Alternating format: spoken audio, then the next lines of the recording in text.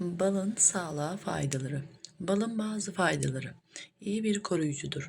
Mideye kuvvet verir. Kansızlığı giderir. Damarları açar.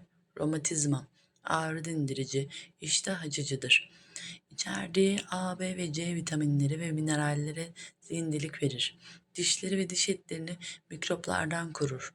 Ağız yaralarını tedavi eder. Kabızlık, sıcak bal şerbeti kabızlığı kısa sürede giderir. Yara ve iltihabı giderir. Balgam söktürür. Gözler için faydalıdır. Karın ağrısını geçirir. İdrar söktürücüdür. Cildi güzelleştirir ve saçları besler. Karaciğer ve göğüsü temizler. Balın bazı faydaları. İyi bir koruyucudur. Mideye kuvvet verir. Kansızlığı giderir. Damarları açar. Romatizma, ağrı dindirici, iştah açıcıdır. İçerdiği A, B ve C vitaminleri ve mineralleri zenginlik verir. Dişleri ve diş etlerini mikroplardan korur.